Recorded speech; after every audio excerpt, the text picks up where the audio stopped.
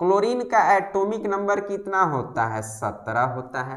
Chlorine का atomic number कितना होता है? 17 होता है, आप जानते हैं। तो क्लोरीन का एटॉमिक नंबर 17 होता है, तो नंबर ऑफ इलेक्ट्रॉन कितने होंगे? 17। नंबर ऑफ प्रोटॉन कितने होंगे? तो वो भी 17।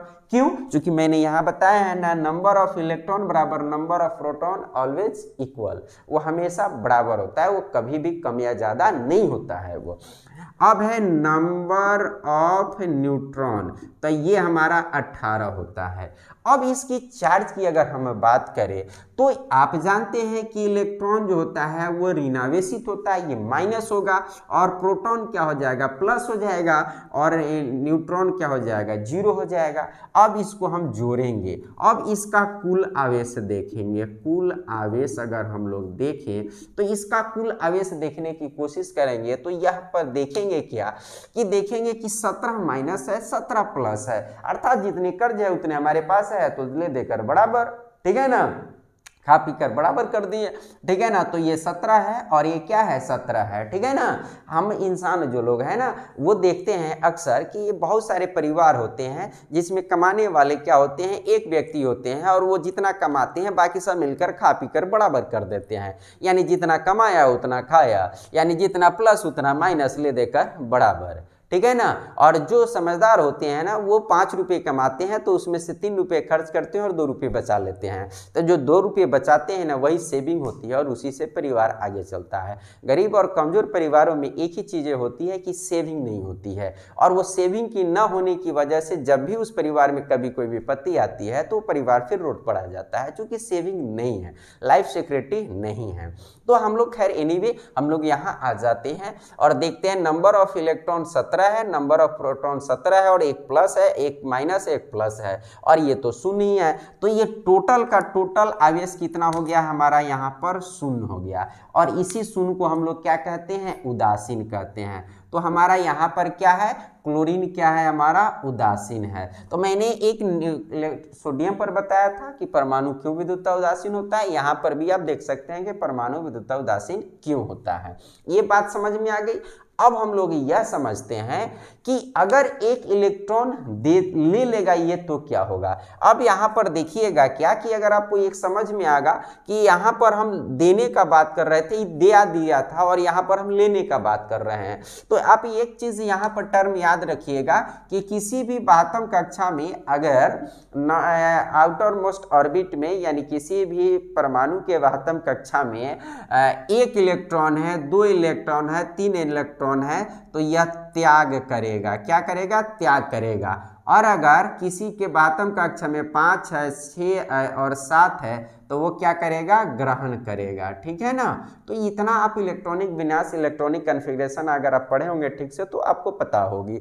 तो इसके 12वीं कक्षा में इसका एटॉमिक स्ट्रक्चर अगर हम लोग निर्माण करते हैं तो इसका बनेगा 2, 8 और 7 है, 2, 8, 10 और 7, 17। तो इसके 12वीं कक्षा में 7 इलेक्ट्रॉन है, तो ये क्या करेगा? एक लेगा अकॉर्डिंग टू अष्टक रूल, अष्टक नियम के, ऑक्टेट रूल के अष्टक नियम के तहत 8 इलेक्ट्रॉन का ये क्या करेगा? पूरा करेगा।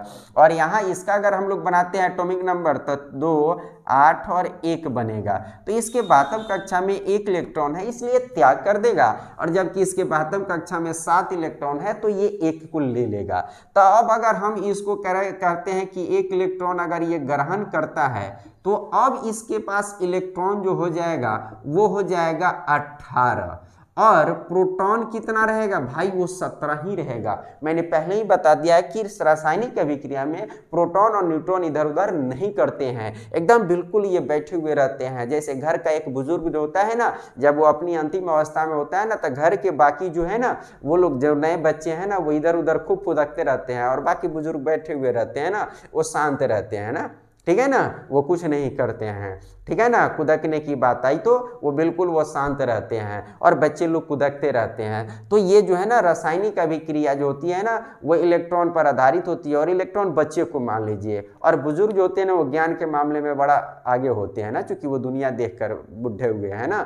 तो वो प्रोटॉन और न्यूट्रॉन जो होती है उस पर आधारित नाभिकीय अभिक्रिया होती है और बहुत ज़्यादा ऊर्जा देती है। जिस तरह से बुजुर्ग लोग बहुत ज़्यादा ज्ञान देते हैं ना, ठीक तरह उसी तरह से न्यूट्रॉन और प्रोटॉन बहुत ज़्यादा ऊर्जा देती है और वो बिल्कुल अलग होती है, ठीक है ना, वो बिल्कुल अलग है, वो रासायनिक अभिक्रिया नहीं है, वो नाभिकीय अभिक्रिया है और उसके अलग सिद्धांत चलते हैं। तो यहाँ प्रोटॉन और न्यूट्रॉन से कोई छेड़छाड़ नहीं करना है, वो बिल्कुल शांत रहेंगे, यहाँ जितना है उतना ही रहेंगे, ठीक है ना।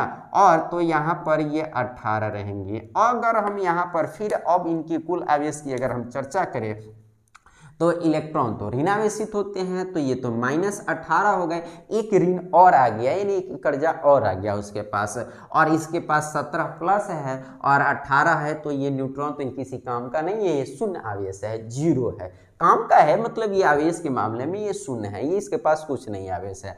अब 18 माइनस है, 17 प्लस है और 18, तो ये जो आपका न्यूट्रॉन है ये शून्य है, तो सबको ऐड अगर करेंगे, सबको जोड़ेंगे तो ये क्या हो जाएगा, अगेन इट कम्स जीरो।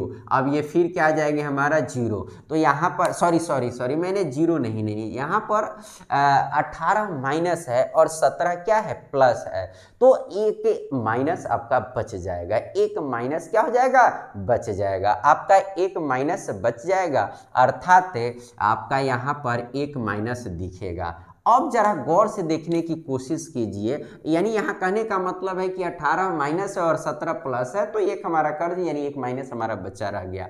अब यहाँ पर जो है ना, यहाँ पर हमारा जो अब बनेगा ये Cl माइनस, ठीक है ना, Cl माइनस।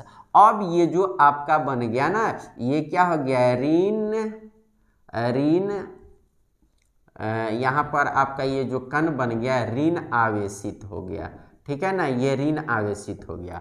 अब ये Cl माइनस हो गया, तो Cl से Cl माइनस, Na से Na प्लस, तो Na उदासीन और Na प्लस आवेशित, Cl उदासीन, Cl माइनस उदासीन नहीं आवेशित।